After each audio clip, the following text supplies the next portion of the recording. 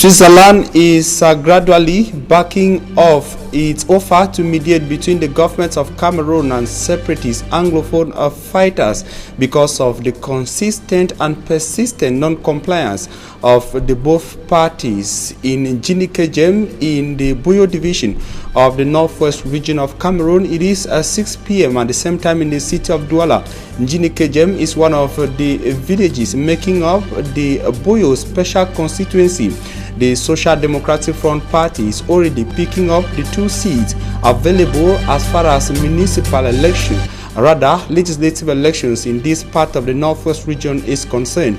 This is the outcome of the ongoing hearing at the Constitutional Council in the nation's political capital, Yaoundé. The list of the ruling CPDM party has been rejected, and in the littoral region of Cameroon, a body of an aged man in an advanced state of decomposition has been discovered in Banga. Stay with us.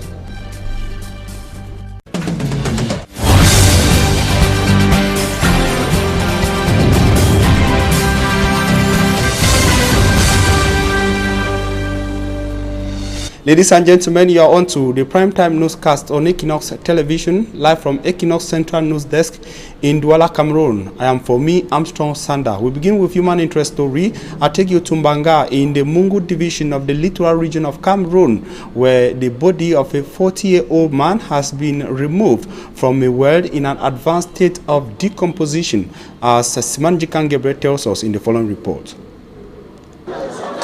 It was total consternation at Quarter 4 in Banga, Mongo Division, Littoral Region. Family members as well as inhabitants of the neighborhood woke up with sad news as one of them, Foyem Merime Duclair, is no more. On the eve of this incident, I was with my brother and he told me he had a terrible headache. So I asked him to persevere, that we shall go back to the hospital the next day.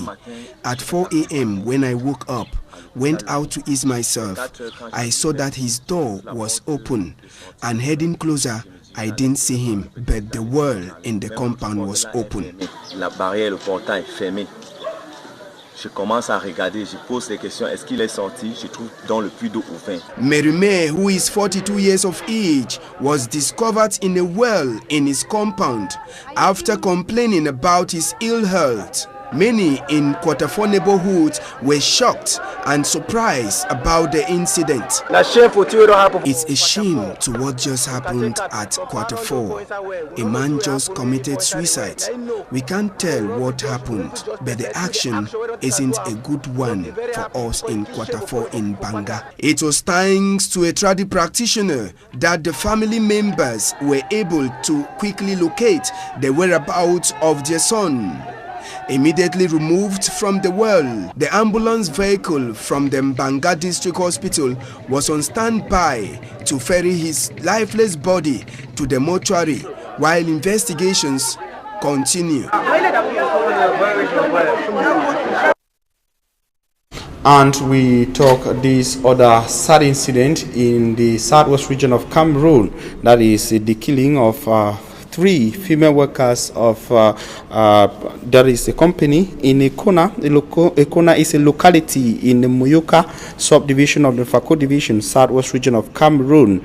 The 3 women were shot dead in the early hours today during a gun battle between the defense and security forces of Cameroon and separatist fighters in that part of the southwest region of Cameroon. The shooting began in the early hours of this Thursday, December 19, 2019, and equally extended to other parts of the Muyuka subdivision.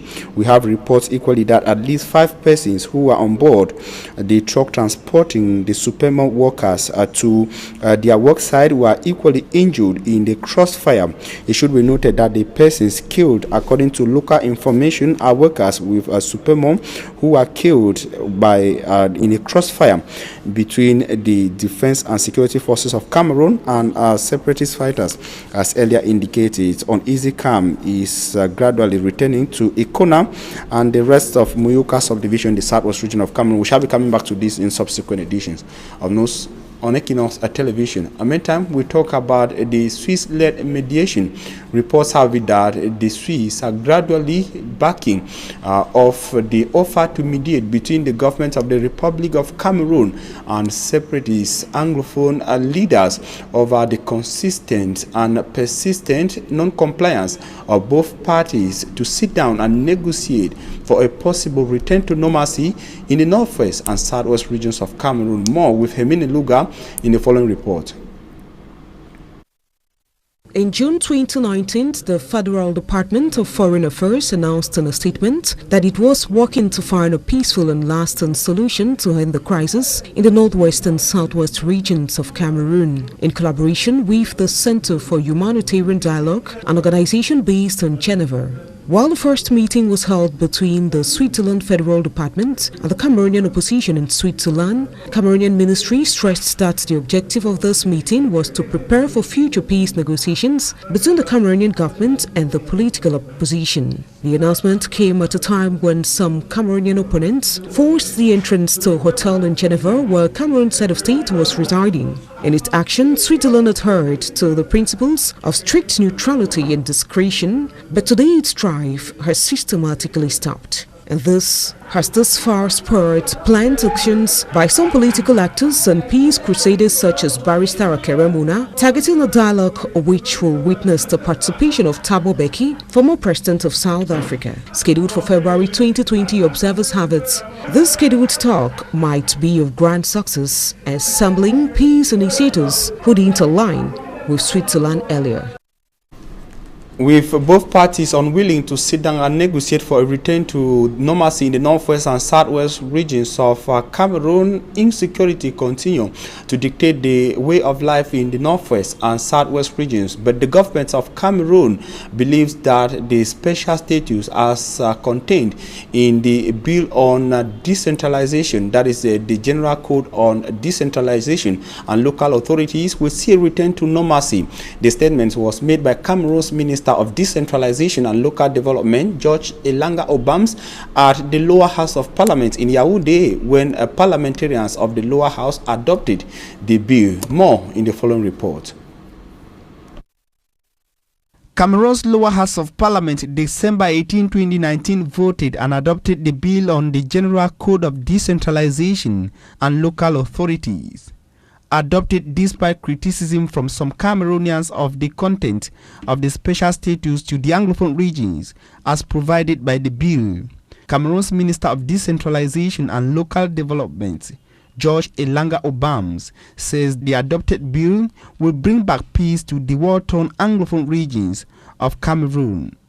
The opposition, notably the Social Democratic Front members of parliament, frowning at the manner in which the bill was adopted at the lower house of parliament, said the ruling party and government unconstitutionally introduced amendments just to get the bill go through the lower house of parliament. Le texte a été ou l'article a été adopté dans les formes initiales.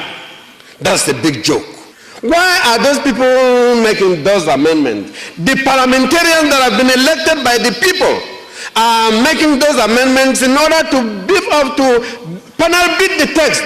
Government bench says non, le gouvernement a décidé de telle ou telle manière dont l'amendement a été rejeté. The government bench has taken this house to be a post office where you send letters and it just pass in chambre d'enregistrement. No. Minister George Elanga Obams of Decentralization and Local Development reiterated that the posts of government delegates to city councils in Cameroon has been scrapped off, and the law as of now does not reserve any special destination for this category of people.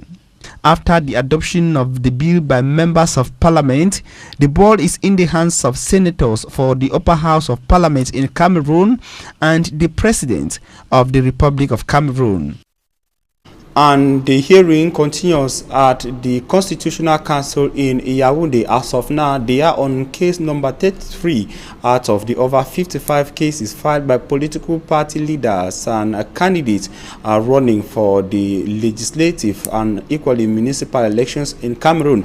It should be noted that cases concerning municipal elections are ongoing at the levels of the region, that is at administrative courts in the region, but the Yaoundé Constitutional Council is receiving complaints and equally debate on some of the documents and files rejected as far as the legislative elections is concerned.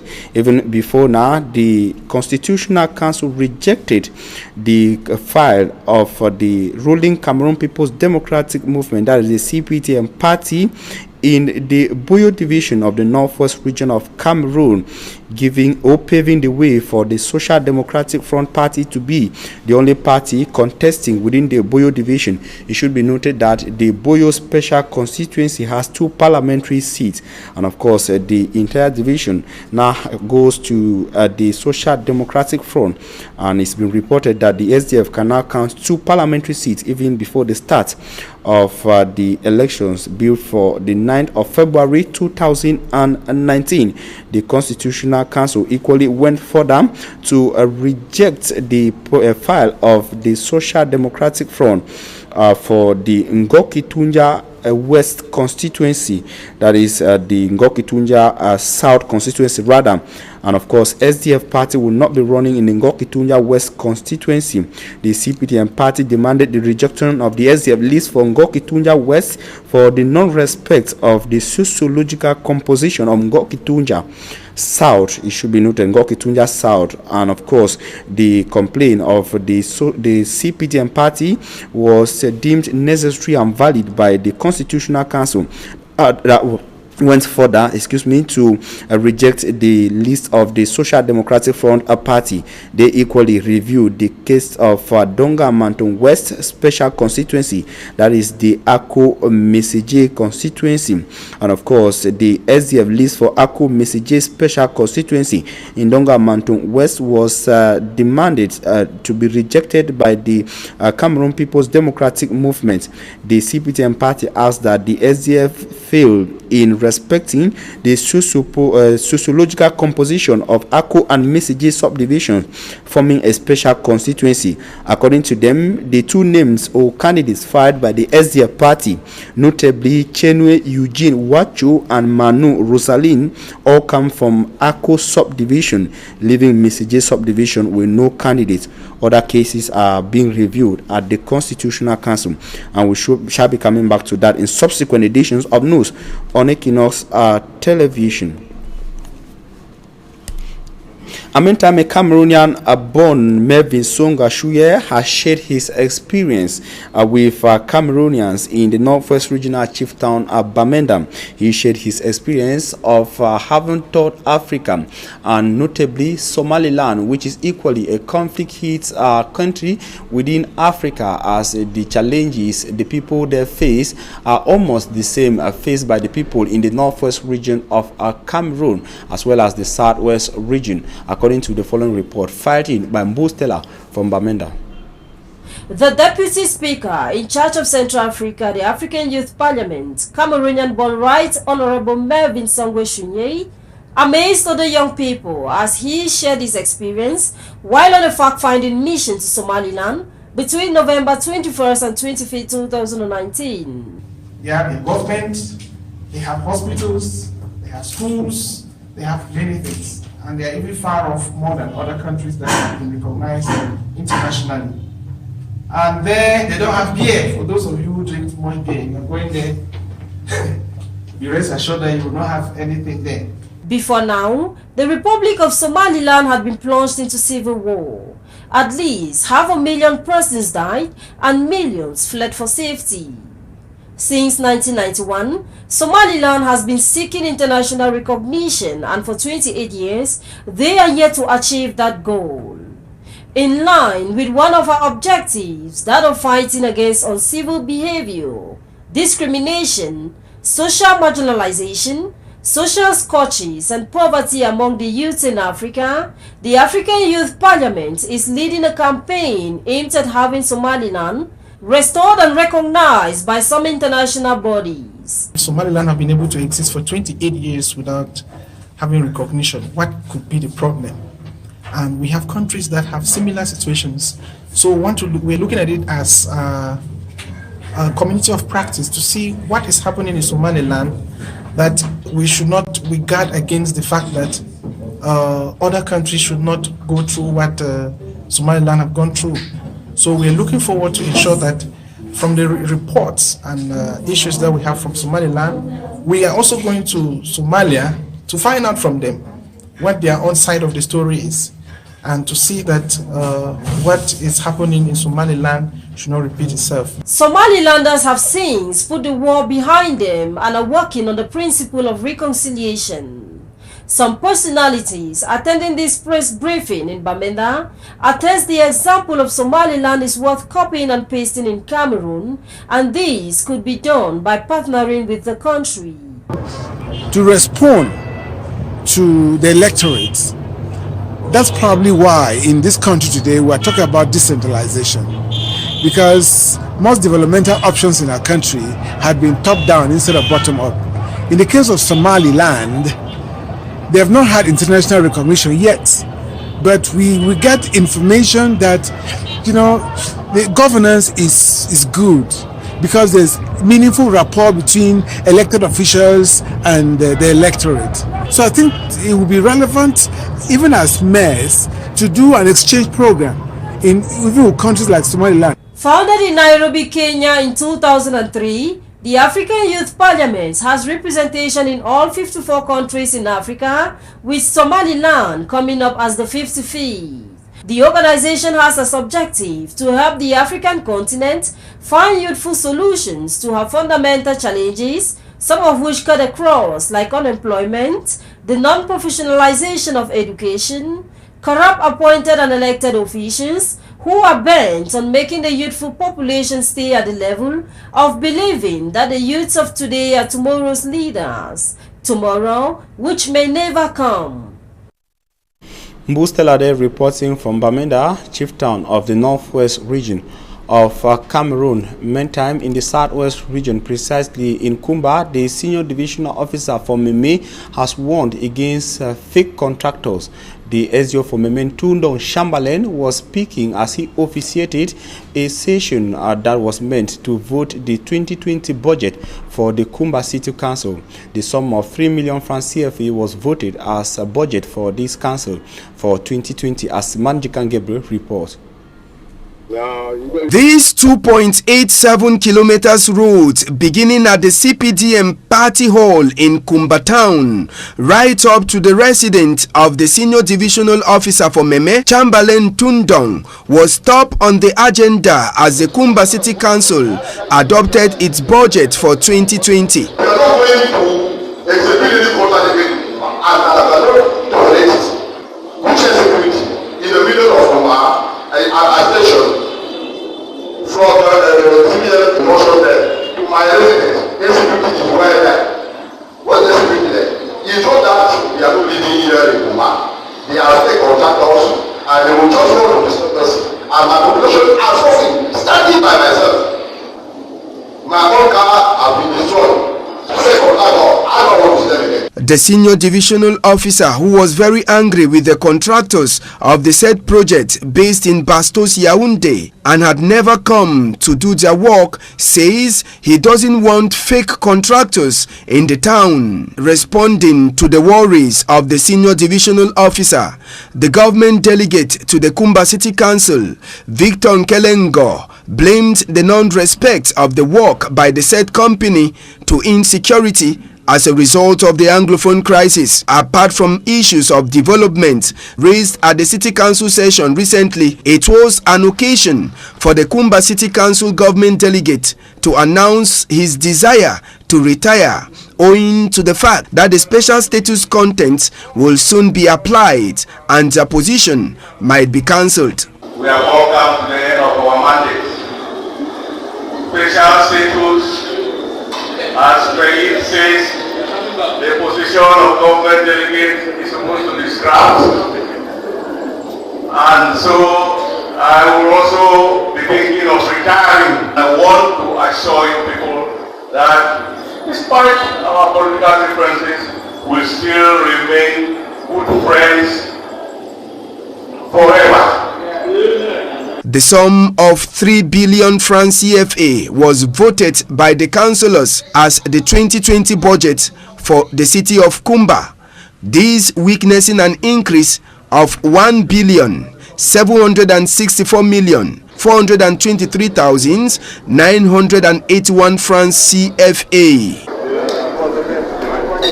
And the lack of dialysis kits in the city of Douala pushed some dialysis patients to protest in the city of Douala today, as Innocent has a report. À l'hôpital général de Douala, nous sommes à peu près plus de 250 malades qui dialysent. About 250 hemodialysis patients at the Douala General Hospital say they have not had effective dialysis sessions for 2 months now and risk dying. On pouvait supporter, là on n'a pas de deadline.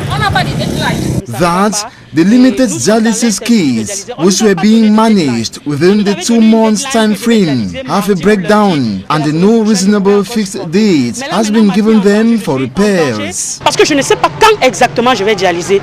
She asks if they were given a deadline to have dialysis sessions next week, it would have been comprehensible. Si on nous avait donné une deadline que je vais dialyser mardi ou lundi de la semaine prochaine, je pourrais encore supporter. With this helpless condition, some of the patients, as way to remedy the situation, have afforded dialysis kits to have a dialysis session at the cost of 25,000 francs CFA. Those who cannot afford these means are calling on the Minister of Public Health to intervene and save their lives. Nos vies sont en danger. Qu'ils prennent vraiment les responsabilités des hémodialysés en main, ainsi que Monsieur le Président de la République. Aidez-nous. Ne nous laissez pas mourir. They fear not enjoying the end-of-year festivities like other citizens because of faith promise made by the Public Health Minister to redress this hemodialysis problem. Parce que nous ne pouvons pas dialyser, ce n'est pas normal. Nous aussi, nous sommes des êtres humains et des Camerounais à part entière, dont nous avons droit à la santé. The disgruntled dialysis patients, while desperately awaiting positive developments in the Douala General Hospital through the Minister of Public Health, thank the hospital personnel for their individual efforts to enable them undergo dialysis before the complete breakdown. L'hôpital général de Douala fait beaucoup d'efforts pour nous. Le problème est au niveau national. Ils nous ont dit que c'était un problème de système. That the problem is from Yaoundé. Décrions ce système. Nous voulons rester en vie. Nous voulons être comme tout le monde. It is not the first time these dialysis patients have been protesting at the hospital premises. Lack of dialysis machines or materials remains a big problem yet to be resolved in public hospitals by government despite demonstrations from hemodialysis patients. Immaculate Fogwe, in the report coming up, went after some PhD and doctorate degree holders who were protesting recently in front of the Ministry of Higher Education in Yaoundé. Giscard Jinga, a doctor in public law and a lecturer teaching at the University of Douala, alongside Adeline Douala, who is equally a doctorate holder in psychology and education, teaching at the University of Yaoundé 1, amongst the too many lecturers protesting in front of the Ministry of Higher Education in Yaoundé. According to them, their services rendered to the state is not fully compensated as they continue living in deplorable conditions. Depuis 2008. I started lecturing since the year 2008 in the Department of Psychology. I was later transferred to Yaoundé 1 in the year 2014 to 2017. While lecturing there, the amount I was being paid at the end of every semester was unable to even take care of my transport fare, talk less of my family. Ce qu'on peut recevoir à la fin, après un semestre ou après une année, ne correspond même pas au fait de déplacement pour aller dispenser ces cours. Je suis je sois encore I think I am the only doctorate holder in public law in this university that has been lecturing for 7 years and has not been recruited. If I am being asked to show what I have saved since I started teaching, I won't be able to do so. Rien, c'est incompréhensible. The announcement of the recruitment of 2,000 lecturers in the 8 state universities of Cameroon made these lecturers dream of a better lifestyle. But their dream later turned sour on the 13th of December 2019 when their names were not amongst those who were recruited, a situation decried by most of them who have been rendering their services to the state for several years. Thanks, ladies and gentlemen. Up next is Talking Point.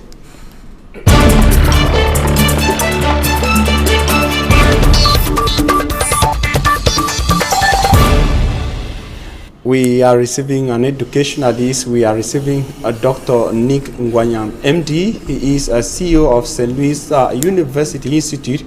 Dr. NGWANYAM, thanks for joining us on this Talking Point. Thank you very much. It's a pleasure to be with you, and the topics this evening are very sensitive. Yes, sensitive. You are a success story to many Cameroonians who want to go into the world of entrepreneurship, and equally your sector is that sector which is the center of discussions in Cameroon today. I'm talking about education. We just watched this report where PhD holders went protesting in the Ministry of Higher Education, and some even threatened to take away their lives because they were not recruited by the government. What is the problem? Yeah, thank you. We need to actually make a serious diagnosis, and I'm going to be saying a couple of things. If I say anything that hurts you, please forgive me, but we have to look at some truths, otherwise we'll not come out of this this mess. It's very, very important. And I'm saying what I have to say what I'm saying to be able to save the nation and save many of the youths out there. Listen, for starters, I was very, very happy that what happened at the ministry happened. People will be surprised. I was very happy about it because, you see, wise people learn from other people's experiences. But when you are not wise, you want to go and fall in the ditch before you know that there is a ditch, because there have been telltale signs to whoever cared to think out of the box, to realize that we have a problem with our educational system. And we've been singing and singing and singing. And I know also that the Ministry of Higher Education has been struggling in her own way to bring to the attention of everybody that we have to change course. But many people are so dumb and then just keep following a path. You know, they're like sheep, keep following one sheep without asking questions, without thinking. You know, the Bible says that as a man thinketh, so shall he be. So when you have a problem, the first thing you ought to realize that you are the cause of your own problem. Now, before we get lost into that detail, let me on my fingertips say that the problems we are seeing today is four persons or 4 groups of persons or institutions are responsible for the problem. Okay. The first person to be nailed to the cross is France. You know, in France. Yeah, this problem comes from France. Okay. How? Yeah. In 1959, is it 59, when the French government signed some accords with the Cameroon government just before independence, and many other African states that were under French rule or whatever. And one of the clauses in it was that if I will use Cameroon because it's written there, except that my mind is not working well, that if we Cameroonians want to change our educational system, we must take permission or authorization from France to do so. That we were being nailed to the cross with that phrase, but with that statement, but we didn't realize it. The French people were actually crucifying the Cameroonian nation. And you cannot be sovereign, and it's someone else who is going to tell you what you should teach your children. That is the issue. And why did France do so? France did so because to be able to develop and change your nation and grow your economy and make use of your resources, You must have the right education. If you don't have the right education, you will be a zombie. That means you will leave your cocoa beans there, you will leave your coffee there, you will not be able to process it yourself. That means your own minerals, you cannot do anything about them. You cannot build your railways, you cannot build your primary schools, nothing. You cannot build your highways. And therefore, the French were indirectly creating themselves jobs in the future, because the African child will not be able to do anything to help himself. And then they deceive you, then you go and study, and then you get baptized with something that has no meaning, and you wear a tie and coat, a tie and a coat, thinking that you are something when you are empty. That is the problem. So we had a kind of education which is devoid of engineering and technology. That is the problem. Yes. That's where the French nailed us to the cross. The second just before I go off the French, you know, whatever they sowed as a bad seed is catching up with them now, because all these young people from all these states are going across the Sahara Desert, risking their lives through the Mediterranean to go to France. You get what I'm saying? Where the life is. But if technically these European countries that colonized us, especially France, if they had helped us to do our own development and do things ourselves, we would not be on their shores and their borders. So they planted a disease that is also hurting them. All right. Before you leave France, is the educational system in France not different from what we have in Cameroon? Yes. It's the educational system in France is more advanced than what we have in Cameroon, because if it was not as advanced, they will not be able to make all those weapons, build airplanes, and run nuclear stations and build cars. I mean, they've been able to work on their educational system, it's ameliorate it, yes, leaving us at the state yes, where we were in the 60s. Correct. They gave us something, they deceived us with something in 1960, left us there, and we had leaders who don't think, and they stayed there, and they never looked for ways and means of getting ahead. So while we stayed with what we were given in 1960, the French had been progressing. Of course, by the time they were giving us what they were giving us in 1960, that's not even what they were studying, because they were already making airplanes and so on. So why didn't they give us exactly the same curriculum they had in France, so that we should have been making our own cars today? You get what I'm saying? I get it, Doctor. Great. Advancing, we have 4 people responsible. Correct. So now France is the first person to be nailed to the cross. The second person is the country, Cameroon. Okay. You cannot have leaders who cannot think out of the box and think for themselves.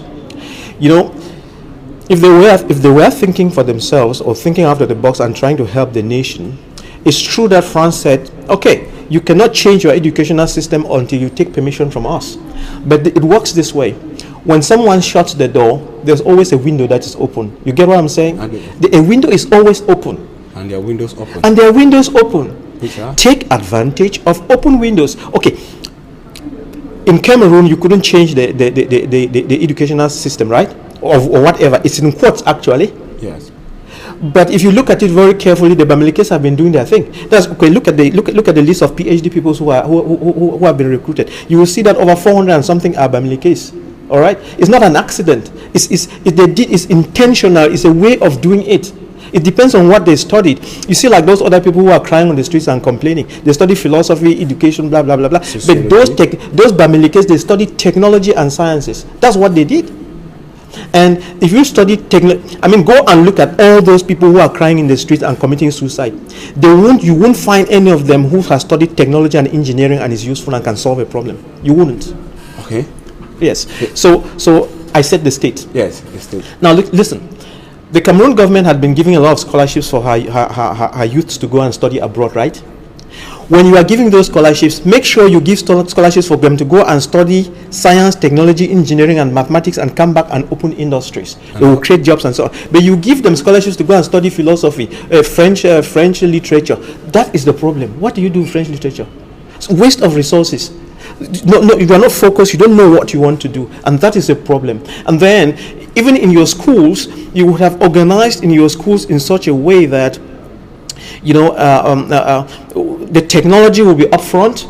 Your schools of agriculture will be productive. You have all these engineers that you have trained in agriculture growing the rice, so you don't have to import Chinese rice. So technically, you have people sitting in the ministries just wear a coat and a tie and don't know their left from their right. That is a huge problem. Before you advance, and this thing skips my mind, I have a worry on what France left for Cameroon Is it the educational system, as we call in Cameroon, the first subsystem of education, because we have the English subsystem of education, or is it a setting as in just to say that whatever you guys had in the 1960s should still be it, whether French or English?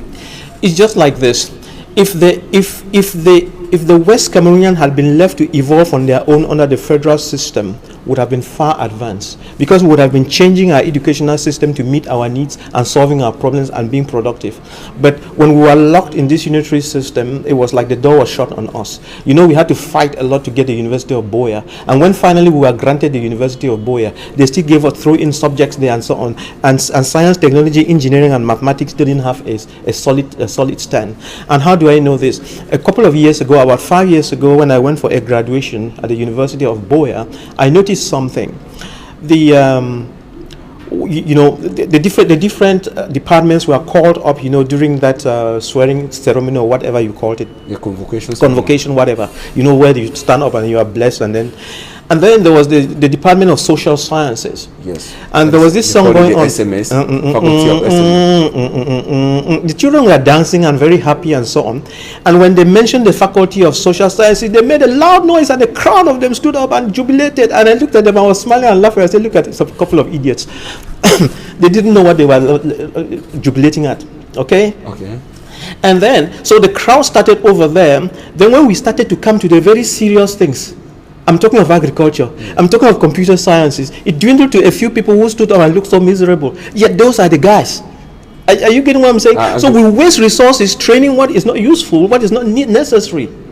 And then the guys who are necessary, the computer, the agriculture, and I don't know what, are not there. We waste resources. Is this the aspects? And I noticed the same thing when I went to the graduation at National Polytechnique Bambui. And if you go to the let me just say it. And if you go to the Fonds National d'Emploi, the National Employment Fund, I went to the National Employment Fund in Bamenda, and my friends there were complaining. The students come in there, the graduates or whatever, they come in there requesting for work, right? And there were piles and piles of people with banking and financing and whatever and so on. But this is the interesting thing. You see people studying banking and financing, but yet they don't know how to make money. Are you getting what I'm saying? I get you. And then you want a Bamileke man to go and come and give you his money to keep. It will never happen. It will be difficult. We're advancing. So we are doing. We don't think. That's the problem. Yeah, yes. The third person to be nailed to the cross is the parents. The parents. Yeah, the parents. They don't think. You just push your student. They go to university. You don't ask what they're doing, and you don't ask the question. When you leave, what would you do? Yes. So they don't, because when the children start growing in your house when they're still very young. That's when you have to start, pushing these things in them. Don't just let them be. Don't just let them. Of course, you have to you have to let them be in the sense that they have to have a choice. But for some odd reason, we just let them drift. Okay. But we don't guide them. Guide children. Science, technology, engineering, and mathematics seems to be difficult. So people always try to go to something that is easy. Easier. But broad is the way that leads to hell. So you as parents, at times you need to be imposed. So if you go to, like when we were in secondary school or even till today, when you go, you see that about 15 to 20% of the children in the secondary school are science inclined. The 80% are arts inclined. Yes. But the jobs, creating jobs, industry, entrepreneurship is in the science, engineering, and mathematics. That's where those are the people who can do the jobs. Those are the people who can do the jobs. So that's what we need. We need to orientate our children to go in the direction of science, technology, engineering, and mathematics. I mean, I'm not saying that we don't need the languages and that, but not everybody can be doing that. Yes, at least the smaller percentage. Yes. 80% of our people should be in science, technology, engineering, and mathematics. That's the way it should be, and the thing should be reversed. And then the fourth person is the student. You could be a student, and then let's say in high school you make a mistake. Yes. And then if you go to university and study a subject also, by the time you're in university, you should be asking yourself the question, what am I going to do? What am I going to do? But we don't ask the question. We go out there, just booze and dance and so on. Then after that, we realize that we have the first degree and we still don't know what we are up to. Then we rush to go and do a master's. We rush to go and do a PhD. And when we are done with the PhD, we realize that there's no door to go to. That's a huge problem. When you go for education, realize that the education is supposed to help you to solve problems. Therefore, you should get knowledge and understanding. You should have the capacity to solve problems, and nature pays you for solving problems. Nature does not pay you for having degrees. That is the biggest mistake we've been making. Dr. NGWANYAM, he is CEO of St. Louis University. Ladies and gentlemen, gentlemen, we are caught up by time there, but we'll be coming back with Dr. subsequently. Thanks very much for staying with us. Doctor, thanks for coming.